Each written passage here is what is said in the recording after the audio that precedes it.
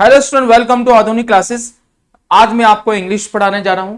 आपका सीईटी में जो सिलेबस है इंग्लिश का, जो कैसे आ रहा है 2026 सीईटी 2026, उसमें इंग्लिश में आपका क्या क्या देखो। 12 लेवल पे आ रहा है, एक ग्रेजुएशन लेवल पे आ रहा है। ठीक है, कैसे आप अपने इस एग्जाम में कैसे आप 100 में से 100 मार्क्स लाएं इंग्लिश में, यह आपको टेक्निक बताऊंगा।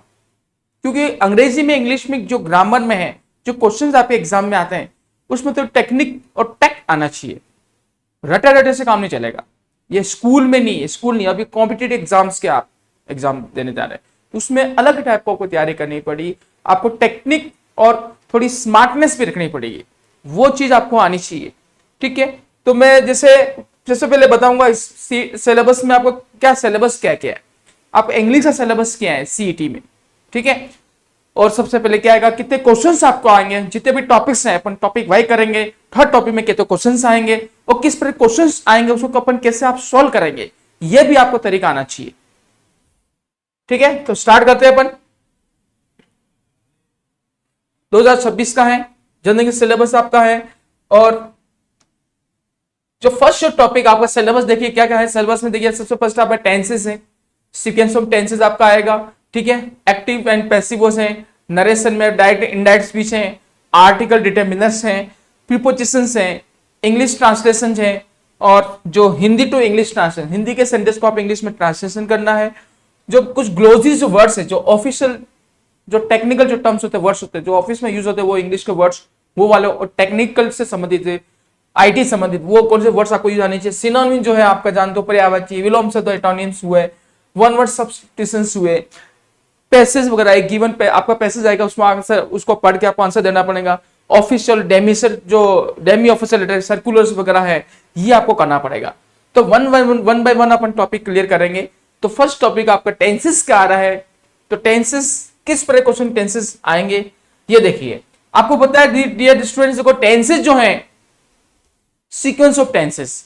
ठीक है, तो टेंस क्या होता है जो आप सभी आपने जानती हो, जो आप स्कूल में पढ़ा है। सबसे पहले टेंस आपको पहले बता दिया मैंने आपको। टेंस होता है जो पूरी इंग्लिश जो है टेंस पे टिकी हुई है। ग्रामर का जो बेस होता है ना, ग्रामर पूरी किस पे टिकी हुई है, टेंसेस पर। जिसको टेंस आते हैं उसको समझो कि उसकी इंग्लिश ही आ गई। जिसको टेंस नहीं आते हैं, ना तो पढ़ सकता है, ना लिख सकता है, ना तो बोल सकता है, वो कुछ भी नहीं कर सकता है। तो टेंस जो है वो पूरी ग्रामर पे ही बेस है। ठीक है, तो ग्रामर जो उस पे टेंस पे बेस है। तो टेंस होता क्या, देखो टेंस किसी भी, जिसे अपन टेंस समझना है, टेंसेस क्या होता है। टेंसेस का दूसरा अनादर जो मीनिंग है टाइम। टाइम आपको पता है, टाइम 3 प्रकार का होता है, जो बीत गया, जो समय पास्ट, अभी प्रेजेंट जो चल रहा है वर्तमान में प्रेजेंट टाइम, आने वाला जो टाइम वो फ्यूचर टाइम। ठीक है, तो इसमें मैंने डेफिनेशन लिखी है, मैंने कैसे डिफाइन करें। Tenses denote the time of action. Tenses किसको बोलते हैं, किसी भी सेंटेंस में टेंस होता है टाइम ऑफ एक्शन, यानी कि कोई भी कार्य किस टाइम पे हो रहा है। टाइम मतलब टाइम, समय, एक्शन मतलब कोई क्रिया या कार्य, कोई कार्य किस समय हो रहा है। कोई कार्य प्रेजेंट टाइम में हो रहा है तब वो सेंटेंस कहलाएगा, प्रेजेंट टेंस का कहलाएगा। अगर कोई कार्य फ्यूचर टाइम में हो रहा है, फ्यूचर टाइम में होगा, तो वो कहलाएगा फ्यूचर टेंस कहलाएगा। अगर कोई कार्य पास्ट में हुआ है तो वो कहलाएगा पास्ट टेंस का सेंटेंस कहलाएगा। ठीक है, तो जैसे अपन लिखा डिनोट एंड ऑफ एक्शन, तो आप टाइम को स्टडी करना, तो उसके टाइम को स्टडी का आपको कर सकते हैं, तो आप टेंस भी पढ़ लेंगे। और सेंटेंस में आपको क्रिया को पहचान करनी है। किसी भी हिंदी वाले सेंटेंस में या इंग्लिश का सेंटेंस है, उसमें आपको क्रिया क्या आ रही है, उसमें वर्ब क्या आ रही है, उस वर्ब को पहचानी है सेंटेंस में, वही वर्ब आपको क्या करेगी, टेंस की पहचान कराएगी। तो वर्ब को स्टडी करना, ना कि सब्जेक्ट और ऑब्जेक्ट को पता करना है। ठीक है, और इसी अकॉर्डिंग अपने पास मेन टेंस 3 होते हैं। जैसे टाइम 3 होते हैं, टेंस भी 3 होते हैं। जैसे मैंने पहले लिखा प्रेजेंट टेंस। बताओ प्रेजेंट टेंस क्या होता है। प्रेजेंट का मतलब हिंदी में कहते हैं वर्तमान काल। जो काम वर्तमान में हो रहा है, प्रेजेंट टाइम में हो रहा है, वो कहलाता है प्रेजेंट टेंस कहलाता है। ठीक है, तो प्रेजेंट टेंस कैसे, ऐसी क्रिया जो प्रेजेंट में होती है, जैसे a verb that refer to present time, यानी ऐसी क्रिया जो प्रेजेंट टाइम को रेफर करती है, उसको दर्शाती है, उसको उसके बारे में जिक्र करती है, वो कहलाता है प्रेजेंट टेंस का सेंटेंस कहलाएगा। क्या कहलाएगा, प्रेजेंट टेंस का सेंटेंस कहलाएगा। जैसे मैंने एग्जांपल लिखा, ही प्ले हॉकी, वो हॉकी खेलता है, तो ये प्रेजेंट टेंस हो गया। क्लियर, इसी तरीके से जो उसका सेकंड जो पार्ट है टेंस का, वो है पास्ट टेंस। क्या कहलाता है उसको?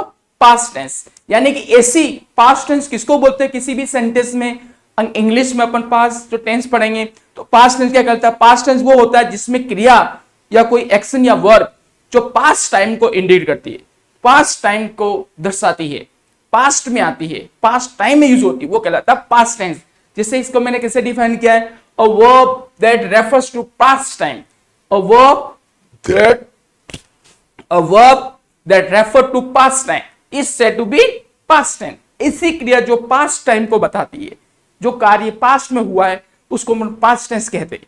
जैसे एग्जांपल क्या लिखा मैंने? ही प्लेड हॉकी, वो हॉकी खेलता था, वो हॉकी खेलता था, खेला। ठीक है, वो उसने कल हॉकी खेला। ठीक है, तो उसमें मैंने उस वाक्य में पास्ट किया। देखो पहले क्या था? ही प्लेज हॉकी, उसमें क्या था? वो हॉकी खेलता है। इसमें क्या? वो हॉकी खेला, हॉकी खेलता था। तो ही के बाद वर्ब कौन सी होगी? सेकंड फॉर्म हो गई। वहां पर क्या थी? प्रेजेंट टेंस में क्या थी? प्लेज, यानी कि फर्स्ट फॉर्म थी। या मैंने क्या लिखा? ED, second form. प्ले की सेकंड फॉर्म प्लेड होता है। ठीक है, ही प्लेड होगी। ये बन गया पास्ट टेंस, बन गया सेंटेंस। इसी तरीके जो अगला जो आगे जो टेंस है वो कहलाता है फ्यूचर टेंस। क्या कहलाता है? फ्यूचर। जो टेंस का जो तीसरा जो पार्ट है जो वो कहलाता है फ्यूचर। यानी कि उस फ्यूचर टेंस में क्या होता है? कोई भी काम फ्यूचर में होता है। क्या होता है? फ्यूचर में। जैसे कोई कार्य फ्यूचर में होगा, आने वाले टाइम में होगा, वो सारे वाक्य बनेंगे इस टेंस यानी कि फ्यूचर टेंस में बनेंगे। तो इसको हम कैसे डिफाइन कर सकते हैं? A verb that refer to future tense, ऐसी क्रिया जो फ्यूचर टेंस को डिफाइन करती है, और ऐसी क्रिया जो फ्यूचर टाइम में आती है, वो फ्यूचर को बताती है, फ्यूचर का जिक्र करती है और फ्यूचर के बारे में जो आइडिया देती है, उसको अपन कहेंगे फ्यूचर टेंस। जैसे इसी सेंटेंस को लिखा था मैंने, ही प्लेड हॉकी, इसको मैंने कहा था ही विल प्ले हॉकी, वो हॉकी खेलेगा। ठीक है, वह कल जयपुर जाएगा। क्लियर? तो ये चीज जो है वो क्या कहलाएगी? फ्यूचर टेंस में कहलाएगी। जैसे सब्जेक्ट हो गया ही, उसके बाद फ्यूचर में क्या आता है? देखो जो वर्ब आती है, हेल्पिंग ऑफ आती है, वो विल और शैल आती है। तो यहां पर क्या लिखा हमने? विल का प्रयोग किया है। और वर्ब की कौन सी फॉर्म आती है? फर्स्ट फॉर्म आती है। ये आपका ऑब्जेक्ट वो हॉकी। एक ही एग्जांपल को मैंने अलग अलग कन्वर्ट कर दिया है। मैंने कभी प्रेजेंट लिखा, फ्यूचर लिखा, पास्ट लिखा। क्लियर हो गया? तो ये मेनली देखो ये टेंस मैंने एनली खाली मैंने आपको हिंट दिया ये टेंसेस। बाकी इनके भी अलग अलग पार्ट है जो आपने स्कूल लेवल पर पढ़े होंगे आपने। प्रेजेंट टेंस भी 4 पार्ट का होता है, पास्ट टेंस भी 4 पार्ट का होता है, फ्यूचर टेंस भी 4 पार्ट का होता है। इन तीनों मिला के जो टेंसेस हैं जो अपन डिटेल में स्टडी करेंगे, अभी मैंने जिस हिंट दिया आपको, तो इस लेवल के अपन पढ़ेंगे। ये सारे टेंसेस होंगे, आपको एग्जाम्स में आएंगे।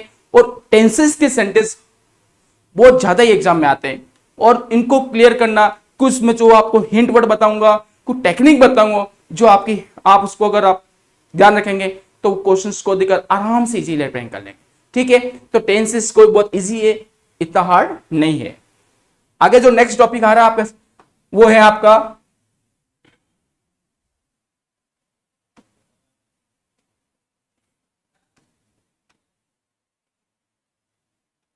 नेक्स्ट आपका टॉपिक है, देखिए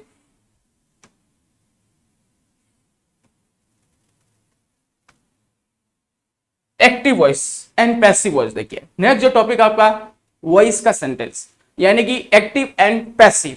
अब मुझे बताओ एक्टिव क्या होता है, पैसिव क्या होता है? नाम से पता चला एक्टिव यानी कि एक्टिव, जो व्यक्ति एक्टिव है, जिसमें जान है, फुर्तीला है।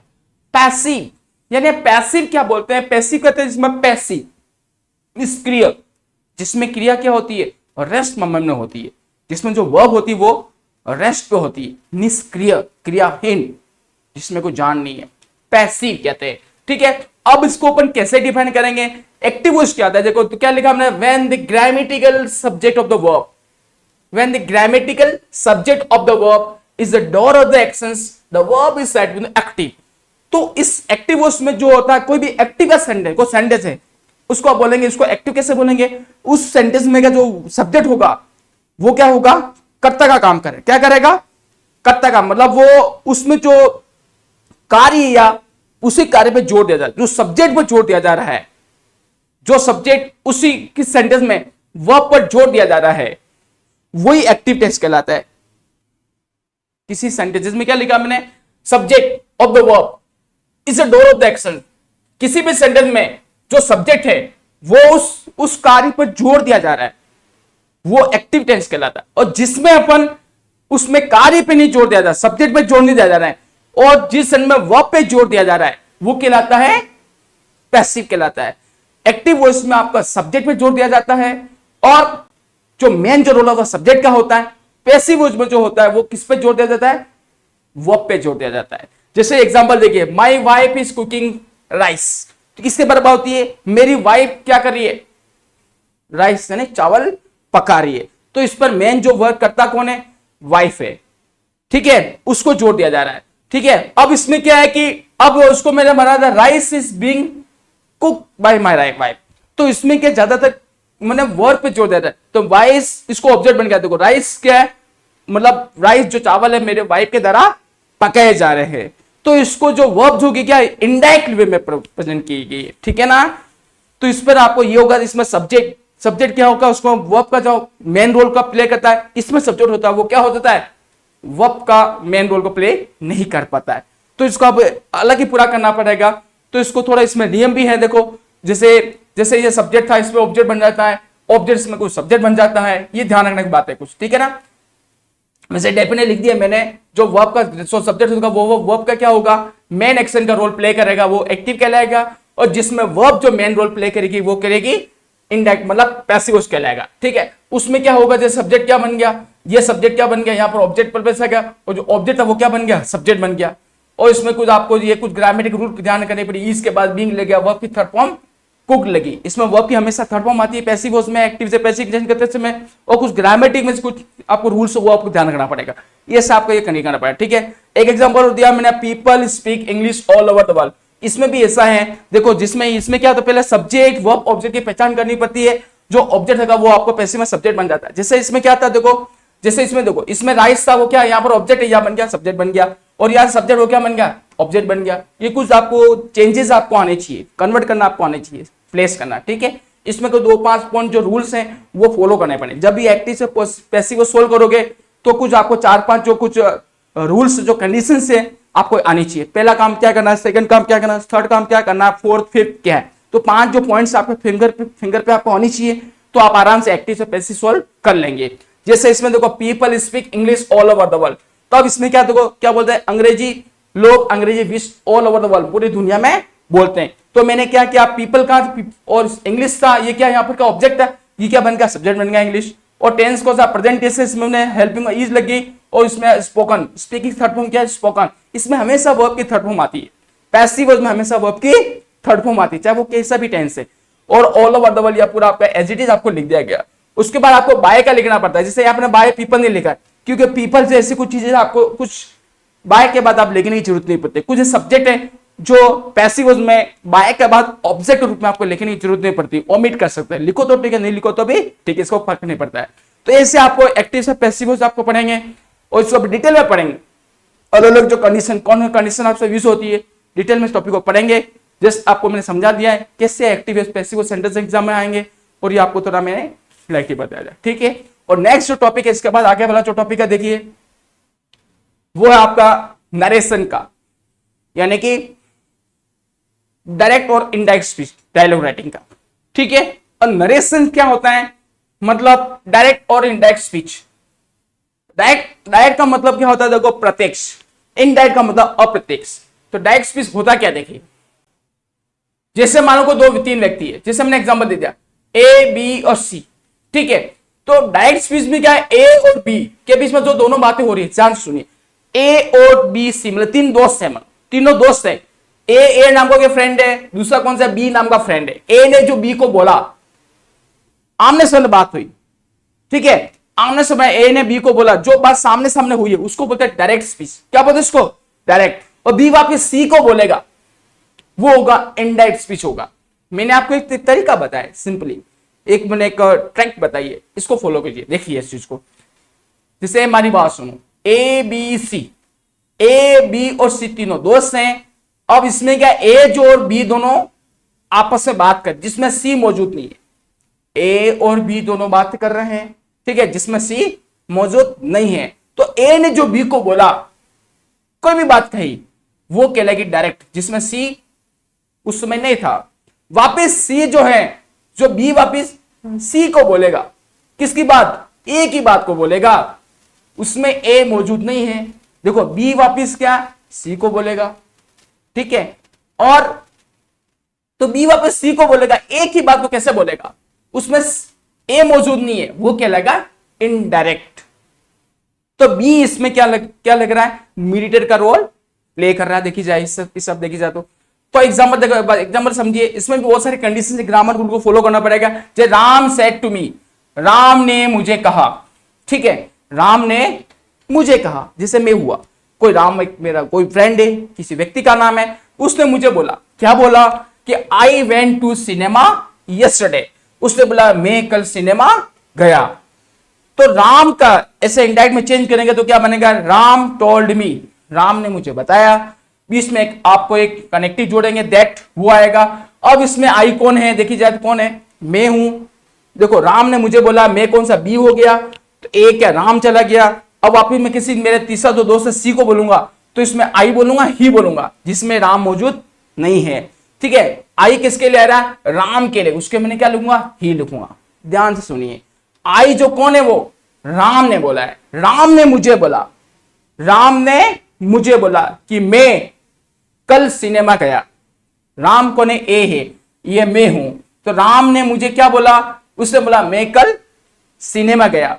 तो बी कौन हो, मैं हूं, अब मैं वापिस तीसरा जो दोस्त है सी, उसको बोलूंगा, क्या बोलूंगा, ये यहां बात होगी। देखो यहां पर मैं आई नहीं बोलूंगा, क्या बोलूंगा मैंने, मैं हूं, उसको क्या बोलूंगा, राम कौन है, उसमें राम बोला था, आई बोल रहा था, तो उसमें मैंने ए को क्या बोलूंगा, राम की जगह मैंने ही बोला। क्या लिखा मैंने, यहां पर ही लिखा है, आई नहीं लिखा है। क्यों, आई कब होगा, जो पहला जो दूसरा पर्सन होगा, जो फर्स्ट पर्सन सेकंड पर्सन बोलेंगे आने से, तो आई बोला, ये मतलब राम हुआ, ये मैं हुआ, तो इसमें तो आई बोलेगा, वो राम ने मुझे बोला कि आई, ये बोलेगा मैं चलो कल गया। तो जब मैं वापस किसी और को दूंगा, मतलब तीसरे पर्सन को, तो क्या बोलूंगा, आई की जगह बनेगा ही हो जाएगा। उसके बाद इसमें क्या होगा, वेंट टू सिनेमा, जब पास्ट सिंपल का टेंस है, पास्ट टेंस का वाक्य है सेंटेंस का, तो उसको मैंने अपन ग्रामर के रूल के हिसाब से या इनडायरेक्ट स्पीच में चेंज करते समय आपको पास्ट सिंपल पास्ट परफेक्ट में चेंज होता है। ये वेंट टू सिनेमा कौन सा टेंस हुआ, पास्ट सिंपल, तो क्या चेंज होगा इसमें, हैड गॉन, हैड गॉन मतलब पास्ट परफेक्ट। ये ग्रामर का रूल भी फॉलो करना पड़ेंगे, ये टेक्निक भी आपको काम आएगी। साथ साथ कोई ग्रामर जो रूल्स हैं कन्वर्ट करते समय, जैसे डायरेक्ट स्पीच को इनडायरेक्ट में जो कन्वर्ट कर रहे हैं, उसमें कौन कौन से ग्रामेटिक रूल का फॉलो करना पड़ेगा, वो भी आपको आने चाहिए, तो आप थोड़ा सा आराम से कर लेंगे, ठीक। उसके बाद सिनेमा का सिनेमा आएगा। यस्टरडे जो एडवर्ब जो है, ये टाइम वाली एडवर्ब है, ठीक है, टाइम एंड प्लेस, वो भी चेंज होगा। उसमें आपको किसमें कन्वर्ट करना है, प्रीवियस डे में चेंज करना है। तो इसमें भी क्या आपको ग्रामेटिक के जो रूल हैं वो आपको लिखाऊंगा जब इस टॉपिक को पढ़ाऊंगा डिटेल में, तो आप कैसे आपको आराम से आप चेंज कर लोगे, इसके लिए भी कोई टेक्निक है, वो इजी टिप्स दूंगा, तो इजीली आप क्या करोगे, ताकि आप आराम से एग्जाम में आप इस क्वेश्चन को आराम से दे सकते हैं, अटेम्प्ट कर सकते हैं, ठीक है। एक ये टॉपिक भी आएगा है सीईटी एग्जाम में, और इसके अलावा दूसरा और आगे जो अगर नेक्स्ट टॉपिक है, देखिए इसका एक एग्जाम्पल देखा, क्या लिखा, द टीचर सेड, टीचर ने कहा, मैन इज मॉर्टल, मैन इज मॉर्टल, मनुष्य क्या है, मॉर्टल का मतलब क्या होता है, जो मरेगा, उसकी मृत्यु होगी। इमॉर्टल क्या होता है, अमर। क्या मनुष्य का अमर है क्या, कोई भी इंसान क्या अमर नहीं है। जो इस दुनिया में आया है उसको एक न एक जाना जरूर है इस दुनिया में। टीचर ने बोला, अब सोचो कि अब इसमें देखो सवाल अलग है, कुछ करने से ऐसे बनेगा इनडायरेक्ट यूज में। तो टीचर ने सेड, टीचर सेड, और यहां पर देखो आगे सेकंड पोर्स नहीं है, सेकंड ऑब्जेक्ट नहीं है, तो यहां पर जो सेड होगा वही लिखना पड़ेगा। इसमें रिपोर्टिंग वर्ब चेंज नहीं होगी, सेड सेड टोल्ड नहीं लिखना है। उसके बाद इसमें जो कनेक्टिव होगा दैट जोड़ने पड़ेंगे। और अब इसमें मैन इज मॉर्टल, देखो यहां पर कुछ चेंजेस है, यहां पर मैंने ग्रामर समिट चेंज नहीं किया है। पहले वाला वाक्य में देखिए, वापस देखिए चीज को, तो यहां पर मैंने ग्रामर समिट चेंज कर दिया, मैंने या प्रेजेंट सिंपल था और पास्ट सिंपल था, इसको पास्ट परफेक्ट कर दिया है ना। वेंट टू सिनेमा आ रहा है, पास्ट सिंपल है, इसको मैंने हैड गॉन या पास्ट परफेक्ट में कन्वर्ट किया है। लेकिन इस वाक्य को मैंने चेंज नहीं किया है, इसका इजी आ रहा है, सेम टू सेम चेंज हुआ। क्यों नहीं हुआ, क्योंकि ये सेंटेंस के इस प्रकार कैसा है, एक कोटेशन, यूनिवर्सल कह सकते हो। ये सेंटेंस मतलब कोई यूथोटिक में इंसान मरता है, आज भी मरता है, वो पहले भी मरा था। ये थोड़ा अब मैं क्या लिख दूंगा, अगर मैं वॉश कर दूं, अगर यहाँ प्रेजेंट टेंस का मैं पास कर देता हूं सपोज, तो क्या मैन वाज मोर्टल, मतलब मनुष्य पहले मरता था, अब नहीं मरता है। अभी तो मर रहा है ना, जो अभी भी चल रहा है, जो पास्ट में, ऐसा काम जो पास्ट में भी हुआ है, प्रेजेंट में भी चल रहा है और जो फ्यूचर में भी चलेगा, उसमें आपको टेंस चेंज नहीं होगा। उसमें टेंस चेंज मतलब वो प्रेजेंट ऐसे ही रहेगा, ये ध्यान रखना। टेंस पढ़ेंगे मैं आपको बताऊंगा, ऐसा टेंस, ऐसा जो कार्य, ऐसी घटना है जो पास्ट में हुई है, आज भी हो रही है, आने वाले टाइम में भी होती है, मतलब वो एक क्या होती है, हैबिट हो सकती है, जिसको आप नेचुरल हैबिट कह सकते हो, आप यूनिवर्सल कह सकते हो, जो डेली रूटीन में हो सकती है, उसको अपन क्या है, इसको यूनिवर्सल टाइप कह सकते हो, एक हाइपोथेटिकल सेंटेंस कह सकते हो उसको। तो ये क्या होगा, आपको क्या इसमें चेंज कर सकते हो आप, सेम टू सेम देगा। मैन इज मॉर्टल मतलब मैन इज मॉर्टल, ये सेम टू सेम देगा, इसमें चेंज नहीं होगा। जैसे एग्जांपल दो, अर्थ रिवॉल्व अराउंड द सन, ठीक है, पृथ्वी सूर्य के चारों चक्कर लगाती है। तो पृथ्वी सूर्य का चक्कर लगाती है, जब से यूनिवर्स बना तब से पृथ्वी चक्कर लगा रही है, पास्ट से भी चक्कर लगा रही है, आज भी लगा रही है, कल भी लगाएगी, उसमें भी चेंज नहीं होता। तो कुछ ऐसे सेंटेंस हैं, आपको डायरेक्ट तो इनडायरेक्ट में चेंज करते समय कुछ सेंटेंस को आपको टेंस में चेंज नहीं करना है, चाहे आप रिपोर्टिंग वर्ब पास्ट टेंस की नहीं हो, ये ध्यान रखना पड़ेगा, ठीक है। तो एग्जांपल दे दिया मैंने, वो हम डिटेल पढ़ेंगे, सारा कवर करा दूंगा मैं, क्या क्या कौन कौन से सेंटेंस है जो उसको आपको चेंज नहीं करने और किस में चेंज हो गए, ठीक है। अपन एग्जाम्पल के समझ पढ़ेंगे तो अपन क्लियर करेंगे। नेक्स्ट टॉपिक देखिए, इसमें और कौन सा टॉपिक आ रहा है, नेक्स्ट आपका आर्टिकल है डिटरमिनर्स। पता आर्टिकल्स आपने जानते हो, आपने पढ़े होंगे। आर्टिकल तीन प्रकार के होते हैं, ए एंड द, ठीक है। ए का प्रयोग कहां होता है, एन का प्रयोग कहां होता है और द का प्रयोग कहां होता है। आर्टिकल्स वैसे भी डिटरमिनर्स का ही पार्ट होता है, आर्टिकल भी क्या है, डिटरमिनर का ही पार्ट होता है। और डिटरमिनर भी कौन कौन से होते हैं, कुछ ऐसे डिटरमिनर्स हैं जो आपको पढ़ने पड़े, जिसे सिंपली मैं बता रहा हूं। डिटरमिनर्स वैसे होते क्या है, लिख दिया मैंने, it is placed before any noun in the sentence. Determiners किसी भी सेंटेंस में नाउन के पहले आते हैं, किसके पहले आते हैं, नाउन के पहले, और इस सेंटेंस से डायरेक्ट कनेक्ट होते हैं। किसी नाउन के पहले आएंगे, किसी प्रोनाउन के पहले नहीं आएंगे और किसी और वर्ड के पहले नहीं आएंगे, ध्यान रखना, ओनली नाउन के पहले आएंगे, ठीक है। और डिटरमिनर्स का एक पार्ट है आर्टिकल्स, जिसमें ए एन द पढ़े हैं अपन। ए का प्रयोग कंसोनेंट साउंड के पहले आता है और एन का प्रयोग होता है वोवेल साउंड के पहले आता है, और द आता है डेफिनेट नाउन के पहले आता है, वो अपन पढ़ेंगे डिटेल में, ठीक है। तो अब देखो कुछ डिटरमिनर्स जो पढ़ा है, जैसे एवरी हुआ, ईच हुआ, little, a little, the little, ये सारे क्या डिटरमिनर्स है। जैसे आपने सुनेंगे each, every, either, neither, little, a little, few, a few, the few, many, various, several, much, more, ये सारे जो वर्ड हैं वो सारे डिटरमिनर्स के पार्ट हैं, डिटरमिनर्स में आते हैं, ठीक है। और एंड वो भी आपका आर्टिकल्स के पार्ट होते हैं। तो ये चीज देखिए क्या लिखा, he is an intelligent girl, इसमें सबसे पहले क्या, every word of a knowledgeable astrologer true, मतलब क्या लिखा, every word of a knowledgeable astrologer is true, मतलब एक नॉलेजेबल एस्ट्रोलॉजर के हर एक शब्द क्या होते हैं, ट्रू होते हैं, ठीक है। इसमें मैंने एवरी लिख दिया, तो एवरी क्या है, एक डिटरमिनर है, ठीक है। He is an intelligent girl, अब मैंने देखो यहां पर एन आर्टिकल भरा है, ये दो में यहां पर आर्टिकल का सेंटेंस है, ठीक है। इंटेलिजेंट जो है ये भी क्या है, आई आ रहा है, मतलब एडजेक्टिव है। तो ये क्या कि इंटेलिजेंट मैन, लेकिन इंटेलिजेंट बॉय जो हो गया वो क्या बन गया, एक नाउन हो गया, लड़का कैसे, इंटेलिजेंट। अब इसमें देखो क्या लिखा, आई जो है, आई क्या वोवेल साउंड है ना, ए ई आई ओ यू में आई आता है, और उसका साउंड भी क्या निकल रहा है, इंटेलिजेंट, ई आ रहा है, ठीक है। हिंदी में भी वो मिल रहा है और इंग्लिश में मिल रहा है, तो यहां पर क्या क्या एन आएगा, ठीक है। एमएलए, अब एमएलए में जो एम जो है वो इंडिविजुअल है, क्या ये इंडिविजुअल है, तो इसमें साउंड क्या निकला है, एम में ए की ध्वनि निकल रही है, तो ए की जो ध्वनि निकल रही है, ए क्या है, एक प्रकार वोवेल है, मतलब हिंदी में स्वर है और इंग्लिश में क्या है, ए क्या आता है, वोवेल में आता है, तो यहां पर इसलिए एन आ रहा है। हमेशा एन का प्रयोग हमेशा वोवेल साउंड के पहले आता है, चाहे हिंदी में हो और इंग्लिश में हो, जानना। यहाँ पे इंग्लिश में मिल रहा है तो ठीक है, कोई दिक्कत है, लेकिन यहाँ पे इंग्लिश में एम, यहाँ पर इंग्लिश में नहीं मिल रहा है। इंग्लिश जो अल्फाबेट है वो लेटर क्या है, यहाँ पर वोवेल नहीं है, बल्कि क्या है, कॉन्सोनेंट। लेकिन जो हिंदी जो उच्चारण है, साउंड है, वो ए की ध्वनि निकली, क्योंकि एम क्या है, क्या में इंडिविजुअल है। लेकिन अगर यहां पर देखो, अगर मैंगो आ जाता, तो देखो मैंगो के पहले जो आता है यहां पर क्या है, एम इंडिविजुअल नहीं है, ये पूरा क्या जुड़ा, इस पूरे वर्ड से जुड़ा, मैंगो एक वर्ड है अपने आप है, और एम यहां पर क्या है, एक अपने आप सिंगल वर्ड है, इंडिविजुअल लेटर है, इंडिविजुअल लेटर है, एल यहां पर इंडिविजुअल लेटर है, ए भी यहां पर इंडिविजुअल लेटर है, लेकिन एम यहां पर क्या है, इंडिविजुअल लेटर नहीं है, बल्कि एक पूरा एक वर्ड के रूप में है। ठीक है, तो यहां पर इसका ध्वनि कैसे निकले, मां की ध्वनि, इसका निकले एम, मां से।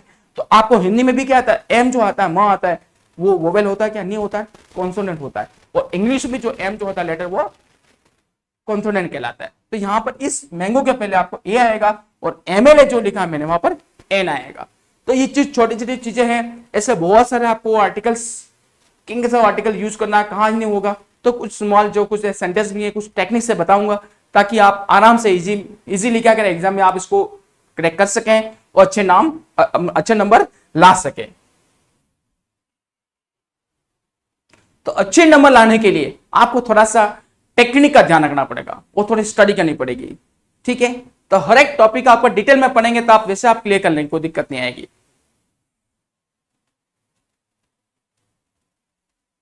देखो नेक्स्ट आपका टॉपिक इसके बाद आता है प्रीपोजिशन आता है। ठीक है, तो प्रीपोजिशन ये भी आपने पढ़ा हुआ है, जो वर्ड जो टॉपिक अपन क्लियर करने में बताया मैंने, वो टॉपिक सारे आप सारे स्कूल लेवल में चलते हैं, वो बच्चे स्कूल में पढ़े होते हैं, यूनिक पहली बार सुन रहे हैं, इन सबको आपने पढ़ा होगा। लेकिन क्या है कि वो स्कूल में पढ़े हैं, वो खाली बस एग्जाम के तरीके से पढ़ते हैं, बस एग्जाम में आ रहा भाई साहब रट के चले गए, वहीं तक सीमित होता है, उसके बाद सब कुछ साफ हो जाता है। तो ये तो इंग्लिश में दिक्कत है हर बच्चों की, बच्चे इंग्लिश में खाली एग्जाम में पढ़ते हैं, बाकी नहीं पढ़ते हैं, वो जो क्वेश्चन आते हैं उसको रट के चले जाते हैं, इसलिए इंग्लिश की बड़ी दिक्कत है। अब प्रीपोजिशन जो है, ग्रामर, प्रीपोजिशन ये भी ग्रामर का टॉपिक है। अब मुझे प्रीपोजिशन क्या होता है देखिए जाए तो आराम, इस वर्ड में अपन आंसर छिपा हुआ है। इस वर्ड में क्या प्रीपोजिशन, अगर इसको हम दो भागों में डिवाइड कर दे, दो भाग में बांट दे, प्री प्लस पोजिशन, तो क्या बन जाएगा, प्री का मतलब पहले, पोजिशन का मतलब क्या, स्थिति, मतलब स्थिति के पहले। ऐसे वर्ड जो किसी स्थिति के पहले यूज हो जाते हैं, पहले आ जाते हैं, वो प्रीपोजिशन कहलाते हैं। और प्रीपोजिशन की डेफिनेशन लिखी है मैंने प्रॉपर, वो है, देखो क्या लिखा है, a preposition is a word place before a noun और pronoun to show the relations between the noun और pronoun and some other word. यानी प्रीपोजिशन वो वर्ड होता है जो किसी नाउन और प्रोनाउन के पहले आता है। अपन इससे जस्ट पहले पढ़ा डिटरमिनर्स, आर्टिकल्स, तो मैंने उसमें क्या बताया था, ऐसे वर्ड जो आते हैं, वो ऐसे वर्ड जो किसी नाउन के पहले आते हैं तो आर्टिकल यानी डिटरमिनर्स कहलाएंगे। लेकिन ये जो प्रीपोजिशन है ये नाउन और प्रोनाउन दोनों के पहले आते हैं, ध्यान रखना। वो आर्टिकल डिटरमिनर्स किसके पहले आते हैं, ओनली नाउन के पहले आते हैं, और ये क्या कहते हैं, नाउन और प्रोनाउन दोनों के पहले आते हैं। ये थोड़ा डिफरेंट है, ये थोड़ा सा लिटिल डिफरेंस है डिटरमिनर्स और प्रीपोजिशंस के बीच में, इसको ध्यान रखना। और ये भी क्या सेंटेंस से डायरेक्ट कनेक्ट होते हैं।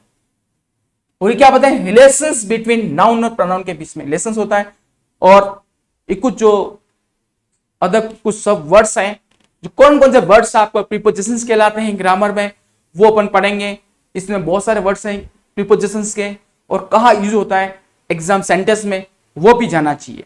ये इनका जो प्रीपोजिशन जो वर्ड होते हैं वो हमेशा देखो सेंटेंस के एंड में आते हैं, और किसी भी सेंटेंस का एंड होता है उससे जस्ट पहले नाउन और प्रोनाउन के पहले आएंगे। जैसे देखिए यहां पर एक प्रीपोजिशन लिखा मैंने अक्रॉस, और यहां पर ऑन, ये दोनों प्रीपोजिशंस हैं। कहां आ रहे देखो, ये रिवर नाउन है, टेबल एक नाउन है, इनके जस्ट पहले आ रहा है, सेंटेंस के एंड में आ रहा है, पहले नहीं आ रहा, शुरू में नहीं आना। अक्रॉस यहां नहीं बैठा दिया, यहां नहीं बैठा दिया मैंने, ठीक है ना, जस्ट एंडिंग द सेंटेंस, जहां सेंटेंस एंड होता है उसके जस्ट बिफोर नाउन प्रोनाउन।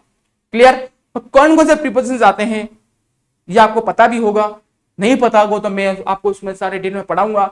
सारे जितने प्रीपोजिशंस हैं इंग्लिश ग्रामर में आते हैं उन सबको मैं लिखाऊंगा, और हर एक के सबके एक एक उन सबके एग्जाम्पल्स भी करवाऊंगा। और एग्जाम में कैसे आपको आएंगे प्रीपोजिशंस, जिस बच्चों को दिक्कत है प्रीपोजिशन समझ में नहीं आते हैं, मतलब और भी ग्रामर जो सारे ग्रामर टॉपिक समझ में नहीं आते हैं, इजीली बताऊंगा। और कैसे पहचान करने हैं, वो कैसे यूज करते हैं, वो भी सारा समझा दूंगा विद टेक्निक के साथ। ठीक है, तो इसको खाली ये भी एग्जांपल दिया है मैंने, तो ये क्या लिखा देखो, dear a man swam across the river. तो इसमें क्या, एक आदमी स्वयं तैर के गया, a man swam across the river, मतलब क्या लिखा कि एक आदमी का नदी के उस पार तैर के निकल गया स्वयं। तो a man swam across the river. फिर क्या, books are lying on table, books are lying on table. तो यहां पर क्या ऑन प्रीपोजिशंस हैं, अक्रॉस यहां पर नेक्स्ट ऊपर वाले सेंटेंस में अक्रॉस प्रीपोजिशंस हैं, और नेक्स्ट वाले में सेकंड वाले में क्या है, ऑन प्रीपोजिशंस है। तो आपको प्रीपोजिशंस ये पता भी होना चाहिए, आपको वर्ड पता होना चाहिए। जैसे आर्टिकल डिटरमिनर में लिखा, डिटरमिनर क्या बोला, ईच एवरी, डिटरमिनर से फ्यू ऑफ यू, डिटरमिनर के पास डिटरमिनर्स होते हैं। तो across, on, upon, over, by, through, at, into, in, ये सारे क्या है, प्रीपोजिशंस में आते हैं। अबाउट, तो कुछ प्रीपोजिशंस हैं ग्रामर में। कौन कौन से प्रीपोजिशंस हैं जो वर्ड जो अपन आप जैसे इंग्लिश में आते हैं, तो आपको वो भी जानना जरूरी है। हर कोई प्रीपोजिशन नहीं कहलाते हैं, तो इसमें लिमिटेड है, ठीक है। टेंसेस क्या होते हैं, उनके भी नाम आने चाहिए। टेंस की पहचान कैसे, वो पता होना चाहिए। आर्टिकल्स क्या होते हैं, डिटरमिनर्स क्या होते हैं, प्रीपोजिशंस क्या होते हैं, एक्टिव पैसिव क्या होते हैं, नाउन प्रोनाउन क्या होता है, डायरेक्ट स्पीच इंडायरेक्ट स्पीच क्या होती है। तो इन सब के जितने भी इंग्लिश ग्रामर के टॉपिक्स हैं जो अभी मैं क्लियर कर रहा हूं, उन सबको आपको अलग अलग आपको सोल्व करना है, उन सबको डिटेल में पढ़ना है, और उसके एग्जाम्पल के साथ प्रैक्टिस करनी है आपको, ताकि आराम से आप समझ सके, पढ़ सके, और एग्जाम में अच्छे नंबर ला सके, ठीक। तो इसी तरह यहां पर अक्रॉस प्रीपोजिशंस हैं। यहां पर अक्रॉस क्यों आ रहा है, इसका भी कोई रीजंस है। अक्रॉस का मीनिंग होता है देखो उस पार, ठीक है। जैसे दो साइड्स होती है, देखो एक साइड से ये है, कोई आदमी से यहां पर पानी जा रहा है, ठीक है, या नदी बह रही है, एक आदमी यहां से कूदा, तेते तेते इधर निकल गया, इस किनारे को, इस साइड को क्रॉस कर दिया, वहां पर इसको अक्रॉस बोला जाता है। अगर वो आदमी इसके अंदर ही रह गया, बीच में रह गया, तो अक्रॉस होगा ही नहीं, डूब जाएगा वो। तो यहां पर क्या है, उस आदमी ने उस पार को दोनों साइड को कवर कर दिया, यहां कूदा और तैर के क्या है उस दूसरे किनारे पे निकल गया, ये किनारा उसके निकल गया, उसको क्रॉस को बोलेंगे। जैसे रोड होती है, रोड के बीच में क्या है, गाड़ियां दौड़ती है। अगर कोई व्यक्ति, आपका दोस्त यहां खड़ा है तो, और आप यहां खड़े हो, तो आप बोलो मेरा दोस्त का रोड के उस पार खड़ा, उस किनारे पे खड़ा है, उस साइड खड़ा है। तो रोड के क्या है, आपको क्या करना है, अंदर ही रोड को पार करके फिर से मिलना पड़ेगा। आपका यहाँ पे, आप यहाँ रहते हो ना, यहाँ पोस्ट ऑफिस है, तो आपका रोड क्या है, आप जब घर के जस्ट उस रोड के उस पार पोस्ट ऑफिस, तो वहां पे अक्रॉस आ सकता है। स्कूल है, कुछ भी हो, हॉस्पिटल है, कुछ भी हो सकता है, ठीक है। तो दोनों साइड के उस पार करने वाले को अक्रॉस बोला जाता है, ठीक है। ऑन का है, जैसे मान लो ऊपर, जैसे देखो ऑन का, देखो ऊपर के लिए बहुत सारे वर्ड है। देखो ओवर का मतलब ऊपर होता है, ऑन भी ऊपर होता है, एबो भी ऊपर होता है ना, अपॉन भी ऊपर होता है। तो देखो ऊपर के लिए बहुत सारे वर्ड है, लेकिन ये तो आपको पता पढ़ना पड़ेगा ना। तो यहां पर ऑन ही क्यों आ रहा है, वो ओवर क्यों नहीं आ रहा है, एबोव क्यों नहीं आ रहा है, सबके वर्ड मीनिंग अलग अलग। सो हिंदी मीनिंग सेम है, मीनिंग सबके सेम है, लेकिन यूजेस डिफरेंट है। तो ऑन यहां पर क्यों आ रहा है, इसके पहले क्योंकि टेबल पर किताबें पढ़ी है, तो टेबल किताबें क्या टेबल पर ही है, तो टेबल किताबें जो टेबल से टच कर रही है, ऊपर पड़ी है लेकिन टच कर, जैसे अपना एक फैन होता है, पंखा होता है, जैसे अपने कमरे में बैठे हो आप, तो पंखा ऊपर चल रहा है, हवा फेंक रहा है, और आप नीचे बैठे हो। ये थोड़ी कि आपके पंखा ऊपर है तो वो ऑन आ सकता है क्या, क्या पंखा आपको टच कर रहा है क्या। जैसे अपने सर के ऊपर पंखा होता है, हेड के ऊपर पंखे होते हैं, ये थोड़ी पंखा अपने हेड से टच कर रहा है, इस सिर के ऊपर से टच करके जा रहा है, तो सिर के बाल ही नहीं रहेंगे, सिर उठ जाएगा। तो क्या है कि ये जो चीजें अपने ऊपर है वो टच नहीं कर रहे किसी से, तो आप ऊपर एबो, जैसे एबो आएगा वहां पर। तो यहां पर टेबल क्या, सॉरी बुक्स जो टेबल से टच कर रही है, यू तो नहीं है बुक्स टेबल नीचे है, बुक्स या ऊपर है, लेकिन टेबल से टच नहीं कर रही है, हवा में थोड़ी हो सकती, क्या गिर जाएगी ना। तो इसके ऊपर टेबल के ऊपर है, बुक्स उसे टच कर रही है, ऊपर पड़ी है, तभी यहां पे इसलिए ऑन आ रहा है, एबो नहीं आएगा। और दूसरा भी बहुत सारे कारण है, या तो ओवर भी आ सकता है, ठीक है ना, लेकिन अलग रीजन। मैं आपको सबको डिफरेंट समझा दूंगा, जितने भी ये सब प्रीपोजिशन है ग्रामर में अपन पढ़ेंगे डिटेल में, टॉपिक वाइज, हर एक टॉपिक में हर प्रीपोजिशन का मैं डिटेल में समझाऊंगा, हर एक का एग्जाम्पल के साथ कवर करूंगा। अलग अलग टाइप के एग्जाम्पल्स होते हैं, और एग्जाम में कैसे एग्जाम्पल आते हैं, इन सब के प्रीपोजिशन एग्जाम्पल एग्जाम में कैसे आते हैं, जो 5 जो पेपर्स हैं प्रीवियस में कैसे कैसे आपको प्रीपोजिशन आए एग्जाम में, वो सारे अपन सॉल्व करेंगे डिटेल में, ठीक है। तो आप बिल्कुल इसको देखते जाइए, और बिल्कुल अपन आगे इसको करेंगे। सो अब नेक्स्ट जो टॉपिक आपका इसका आना है वो है सेंटेंसेस का। सेंटेंस मतलब जो वाक्य होते हैं, जो हिंदी वाला वाक्य उसमें इंग्लिश में कन्वर्ट करना है। अलग अलग टाइप के सेंटेंस, जो हिंदी के सेंटेंस को इंग्लिश में कन्वर्ट करना है और इंग्लिश के वाले वाक्य को हिंदी में कन्वर्ट करना है। तो लेकिन ये लिखा हिंदी टू इंग्लिश से बोलना है, तो हिंदी के वाक्य, जैसे कोई हिंदी का मैं एग्जांपल लिखा है, सिंपल एग्जांपल लिखा मैंने, जैसे लिखा फव्वारे चल रहे हैं, ठीक है, क्या लिखा है, फव्वारे चल रहे हैं।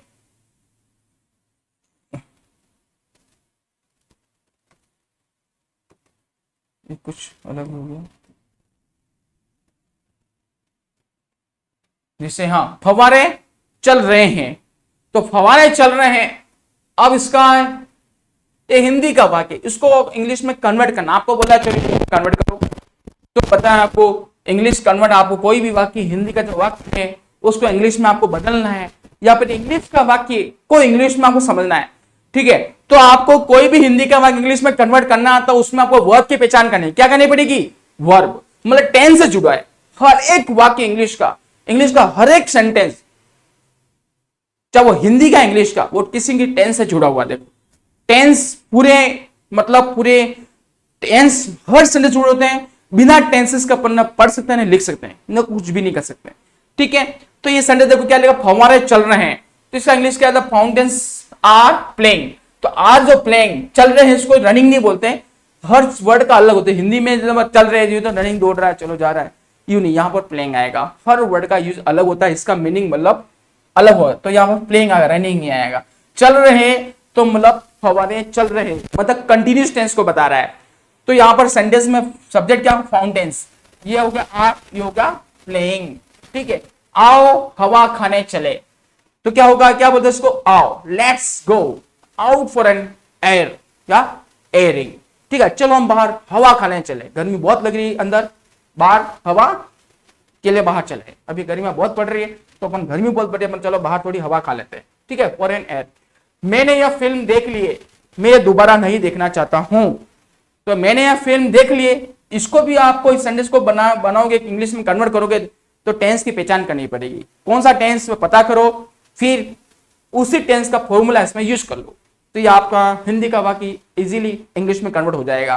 तो मैंने यह फिल्म देख ली है, इसमें सब्जेक्ट वर्ब ऑब्जेक्ट पहचान करनी पड़ेगी। देखो मैंने को आई बोलते हैं, मैंने यह फिल्म देख ली है, पता यह प्रेजेंट परफेक्ट का टेंस है, प्रेजेंट परफेक्ट का वाक्य है, तो प्रेजेंट परफेक्ट का फॉर्मूला इसमें लगाना पड़ेगा आपको। इसमें है जब आता है, जिसमें यहाँ पर आई के साथ हैव आएगा, फिर वर्ब कौन सी आपको देख लिया, मतलब देखना, मतलब सी, सो, सीन, तो यहाँ पर क्या, आई हैव सीन, फिर क्या आएगा, ऑब्जेक्ट कौन सा, यह फिल्म, तो बन गया दिस फिल्म, मतलब प्रेजेंट परफेक्ट का वाक्य है। तो हिंदी के अंग्रेजी में कन्वर्ट करते करोगे तो आपको टेंस आना बहुत जरूरी है ना, वर्ब की पहचान करोगे, वर्ब से पहचान करके आप टेंस का फॉर्मूला से यूज कर लोगे, तो वो सेंटेंस आराम से आप इंग्लिश में कन्वर्ट कर लोगे, ठीक है। मैं ये दोबारा नहीं देखना चाहता, तो ये भी दोबारा सेंटेंस देखिए क्या लिखा है इसमें, वर्ब कौन सा बताओ, देखना चाहता हूं, ये भी कौन सा टेंस हुआ, चाहना, चाहता हूं, तो ता ती ते आप अपने पढ़े होंगे पहले टेंसेस, तो प्रेजेंट सिंपल क्या आता है, वो प्रेजेंट सिंपल का सेंटेंस है ये, पहले आपने वर्ब ने आपको टेंस की पहचान कराई, तो वर्ब जो टेंस की पहचान करे तो उसी टेंस का फॉर्मूला इसमें यूज करना है, दूसरी टेंस का फॉर्मूला नहीं लगाएंगे, ठीक है, वरना गलत हो जाएगा। तो मैं को मतलब आई बोलते हैं, और ये कौन सा नहीं देखना चाहता हूं, नेगेटिव से ये भी देखना होगा, पॉजिटिव, नेगेटिव, इंट्रोगेटिव, इंट्रोगेटिव, इंट्रोनेगेटिव, मतलब हर पार्ट के, हर सेंटेंस के 4 पार्ट होंगे, पॉजिटिव, नेगेटिव, इंट्रोगेटिव, इंट्रोनेगेटिव, तो कौन सा है, ओनली नेगेटिव सेंटेंस है, ठीक है। तो मैं क्या आई हो गया, इसको नेगेटिव बनाए, डू नॉट, डज नॉट का प्रयोग होता है प्रेजेंट सिंपल में नेगेटिव बनाने के लिए, तो डोंट आएगा, फिर देखने को चाहता हूं इंग्लिश में वॉन्ट बोलते हैं, और देखने का दो जो दूसरी जो वर्ड है वो आपका कनेक्टिव, वो है आपकी इन्फिनिट जो है टू सी, और दोबारा मतलब अगेन, इसको इट, तो आपको ये थोड़ा सा जमाना है पैटर्न को, ये आप आराम से सॉल्व कर लेंगे। तो ऐसे आपको सेंटेंस आएंगे, को हार्ड एंड फास्ट नहीं, को डिफिकल्ट भी नहीं, बहुत इजी है, बस थोड़ी प्रैक्टिस की जरूरत है, आराम से हो जाएगा, ठीक है, ओके। फिर नेक्स्ट आगे टॉपिक देख, कौन सा टॉपिक आ रहा है इसके अलावा, अब नेक्स्ट जो topic official and technical terms, मतलब जैसे आप ऑफिशियल जो वर्ड्स हैं, गवर्नमेंट डिपार्टमेंट के, सरकारी विभागों में ऐसे वर्ड्स आते हैं इंग्लिश में लिखे हुए जो ऑफिस से जुड़े होते हैं। जैसे अंग्रेजी अलग अलग टाइप के, देखो अंग्रेजी देखो, एक तो आपकी जैसे अंग्रेजी आपको कोई साइंस का स्टूडेंट हो तो साइंस पढ़ रहे हो तो साइंस के वर्ड आएंगे उसमें, ठीक है। और कोई मान लो कोई बच्चा इंजीनियरिंग कर रहा है तो इंजीनियरिंग में टेक्निकल वर्ड होते हैं। कोई मान लो जैसे कोई आईटी पढ़ रहा है तो आईटी में अलग जॉब कर रहा है वो अलग कर रहा है। दीगर जो वर्ड्स होते हैं ये अंग्रेजी होते हैं लेकिन वर्ड्स अलग अलग होते हैं, ये जानना चाहिए। इंग्लिश एक सिंपल है ग्रामर, लेकिन हर डिपार्टमेंट में जो भी आप कोर्स करोगे उसमें अलग अलग, जैसे मान लो कोई व्यक्ति कॉमर्स की तरह कॉमर्स की तैयारी कर रहा है, कॉमर्स का स्टूडेंट है, तो उसमें बिजनेस से जुड़े वर्ड आएंगे। ठीक है, तो अंग्रेजी के जो अंग्रेजी अलग अलग डिपार्टमेंट बटी हुई है, ये अंग्रेजी कॉमन है, ये जानना चाहिए। इसलिए अंग्रेजी आना बहुत जरूरी होता है। हर जगह अंग्रेजी के अलग अलग वर्ड होते हैं, हर डिपार्टमेंट हर वर्ड के। जैसे मान लो कि एक वर्ड है आपको ऑनरेरियम, एक ऑफिशियल वर्ड है, तो होनोरेरियम जो वर्ड है क्या, ये क्या काम आता है, ऐसे वर्ड आएंगे, तो एजेंडा, होनोरेरियम, ऐसे वर्ड आपको आएंगे। जैसे आप ऑफिस में जब जॉब करेंगे, जॉब लग जाएगी, तो आप पता करिए होनोरेरियम एक वर्ड कभी सुना नहीं, स्कूल में आपको पता कभी देखा नहीं होगा, सुना नहीं होगा, वहां तो आप चैप्टर ही पढ़े हैं आपके। तो ये वर्ड क्या, इस होनोरेरियम जो वर्ड होता है, ये इसका मीनिंग क्या है, कहां पर आता है, तो क्या लिखेगा, voluntary payment given to a professional for his services. जैसे एक पेमेंट, जैसे मान लो कोई व्यक्ति है, कोई किसी पर्सन को, उसने अपना काम किया, उसने अपना टास्क पूरा किया, तो उस काम के बदले, उस टास्क के बदले और उसको जो पेमेंट दिया जाता है वही होनोरेरियम कहलाता है। ठीक है, एक होनोरेरियम जो वर्ड होता है, किसी व्यक्ति को जॉब करने के बाद उसने अपना काम किया, उसके बदले उसको क्या मिला, उसको अपना उसका जो पेमेंट मिलता, जो उसको अपने पैसा दिया है, उसका चार्ज दिया है, वो कहलाता है वापस। एजेंडा, एजेंडा बनता है, जैसे अपन, जैसे कोई एजेंडा बनता है, जैसे कोई टॉपिक्स है, कोई मान लो एजेंडा नहीं बनता, एजेंडा क्या है, जैसे कोई मीटिंग्स होती है, जब ऑफिस में मीटिंग होगी, हर मीटिंग का क्या कोई एजेंडा है, कोई एक आपको लिस्ट बनाना है, टॉपिक्स बनाना है, बताए किसी टॉपिक को डिस्कशन, उस एजेंडा, उस टॉपिक पे क्या डिस्कशन होगा, तो वो कहलाता है एजेंडा। जैसे फॉर्मल लिस्ट ऑफ आइटम्स, कोई भी टॉपिक्स या कोई ऐसे डॉक्यूमेंट्स है, लिस्ट आइटम्स है, उसको डिस्कस होता है इन अ मीटिंग में, वो कहलाता है एजेंडा। ठीक है, तो अलग अलग जो वर्ड्स है, ऐसे बहुत सारे ऑफिशियल डिफरेंट है, बहुत सारे वर्ड्स हैं जो मेन एग्जाम्स में आते हैं आपके, वो अपन उस पर प्रैक्टिस करेंगे ताकि आराम से उसको क्लियर कर सके, भाई ये वर्ड का मीनिंग क्या है और ये इस वर्ड का प्रयोग कहां आता है। ठीक है, डेटाबेस, जैसे हमारा ये टेक्निकल वर्ड्स है, देखिए वो ऑफिशियल वर्ड था, जो डेटाबेस, जैसे आपको ये डेटा जो हमारा टेक्निकल वर्ड होता है, कंप्यूटर से जुड़ा हुआ वर्ड से, जो organise structured collection of data, ये सब जानते हो आप कि सारे आजकल सब मोबाइल यूज करते हैं। तो ऑर्गेनाइज्ड स्ट्रक्चर कलेक्शन में डेटा, जहां पर जो सारे डेटा क्या है, एक व्यवस्थित जमे हुए हैं, ऑर्गेनाइज्ड हैं, और उसको एक कलेक्ट के रूप में, एक अलग ही कलेक्शन रूप में है, वो कहलाता है डेटाबेस, प्रॉपर जो कलेक्शन है उसका। एपीआई, जिसे इसकी फुल फॉर्म है, A for application, P for programming, I for interface. और ये क्या चीज होता है, एपीआई, एप्लीकेशन प्रोग्रामिंग इंटरफेस, क्या है ये, a set of rules and protocols that across different software applications to communicate and share data.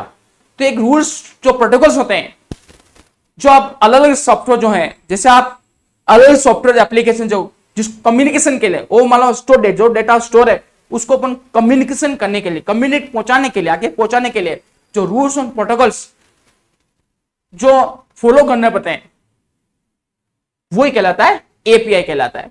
ठीक है, इसका मैं डिटेल में देख लिया, वैसे इसका मैंने जो इसका एक्सप्लेन कर रखा है, उसके जो फुल फॉर्म एपीआई होती है, एप्लीकेशन प्रोग्रामिंग इंटरफेस, जो टेक्निकल से बड़े सारे वर्ड्स हैं, तो ऐसे बहुत सारे वर्ड्स आएंगे, ऐसे बहुत सारे ऑफिशियल वर्ड्स आएंगे, अब जानना जरूरी है। मैंने 2-3 आपको लिखा के दे दिया है, ऐसे एग्जाम्पल के रूप में आपको बताया, ऐसे बहुत सारे, तो उसको पढ़ना पड़ेगा, प्रैक्टिस करनी पड़ेगी, इजीली कर लेंगे। ठीक है, आगे देखिए